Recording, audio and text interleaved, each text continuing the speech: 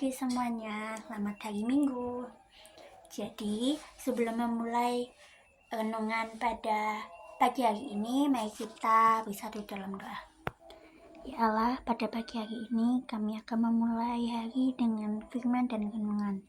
Berikan kami hati yang penuh kasih, empati, dan kepedulian terhadap sesama. Bimbing kami untuk hidup dengan penuh kebaikan dan kesederhanaan. Dalam nama Tuhan Yesus, kami telah berdoa dan mengucap syukur. Haleluya. Amin. Jadi, renungan kita pada pagi hari ini yang berjudul Pemberian yang Bernilai, yang diambil dari Lukas pasal 21 ayat 1 sampai 4. Mari kita baca bersama-sama. Persembahan seorang janda miskin. Ketika Yesus mengangkat mukanya, ia melihat orang-orang kaya memasukkan persembahan mereka ke dalam peti persembahan. Ia melihat juga seorang janda miskin memasukkan 2 peser ke dalam peti itu. Lalu ia berkata, "Aku berkata kepadamu, sesungguhnya janda miskin ini memberi lebih banyak daripada semua orang itu. Sebab mereka semua memberi persembahannya dari kelimpahannya, tetapi janda ini memberi dari kekurangannya, bahkan ia memberi seluruh nafkahnya." Apa yang bisa kita peroleh dari bacaan itu, yaitu pada saat Tuhan Yesus di dekat tempat orang-orang memasukkan persembahan di bait Allah, Tuhan Yesus melihat seorang janda miskin yang memasukkan koin sebesar 2 peser ke dalam peti, di mana salah satu pesernya adalah koin dengan nilai terkecil.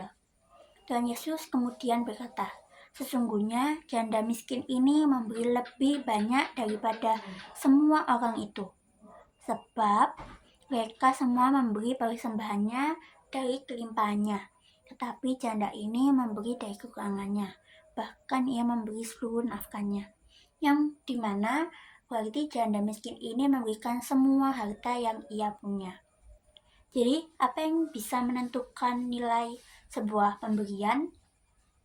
Kita bisa menentukan nilai sebuah pemberian dari motivasinya. Pemberian bisa saja dilakukan dengan motivasi yang tidak tulus dan egois. Hal ini tidak sesuai dengan dimana saat di media sosial kita biasa menjumpai aksi-aksi amal dan berbagi yang intensi utamanya adalah untuk mendapatkan likes, share, and followers. Dari pemberian seperti itu, si penerima ini menjadi sarana bagi si pemberi agar si pemberi mendapatkan keuntungan finansial maupun material.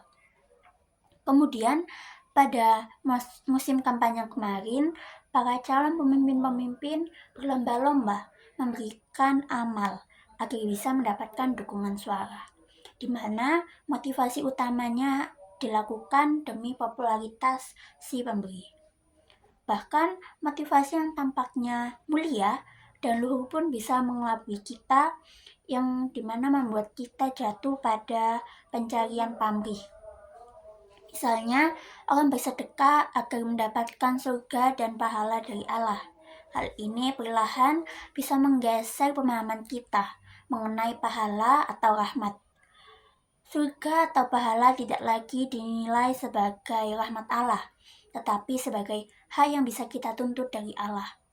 Motivasi kita juga bisa bergeser. Misalnya, orang merasa terpaksa memberi karena kalau tidak memberi, ia takut bahwa Allah akan marah dan menutup surga. Bukankah pemberian semacam ini adalah pemberian yang egois? Orang yang memberi untuk kepentingan dirinya sendiri, bukan untuk kebutuhan si penerima. Pemberian semacam itu menghilangkan kehilangan nilai dan keluhurannya. Lalu, bagaimana pemberian yang sungguh-sungguh? Pemberian yang sungguh-sungguh yang bernilai adalah pemberian yang diberikan dari hati, yang tulus tanpa mengharapkan pamrih, yang bisa kita punya untuk keluarga, sesama, dan untuk Tuhan. Yang kita punya tidak harus berupa uang atau materi, tapi juga bisa berupa tenaga, waktu, pikiran, dan perhatian. Pemberian yang memperhatikan kebutuhan si penerima.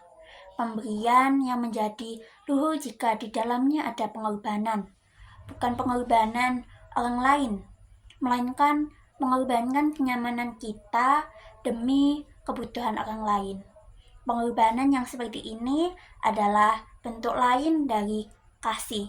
Pemberian yang bernilai adalah pemberian yang berdasarkan pada kasih. Sekian renungan pada hari ini. Mari kita tutup dalam doa. Ya Bapa, jadikan kami pribadi yang selalu berbuat baik. Kiranya renungan ini dapat menginspirasi dan membangun kami. Jadikan kami pribadi yang penuh dengan rasa syukur dan selalu dekat denganmu. Dalam nama Tuhan Yesus kami telah berdoa dan mengucap syukur. Haleluya. Amin.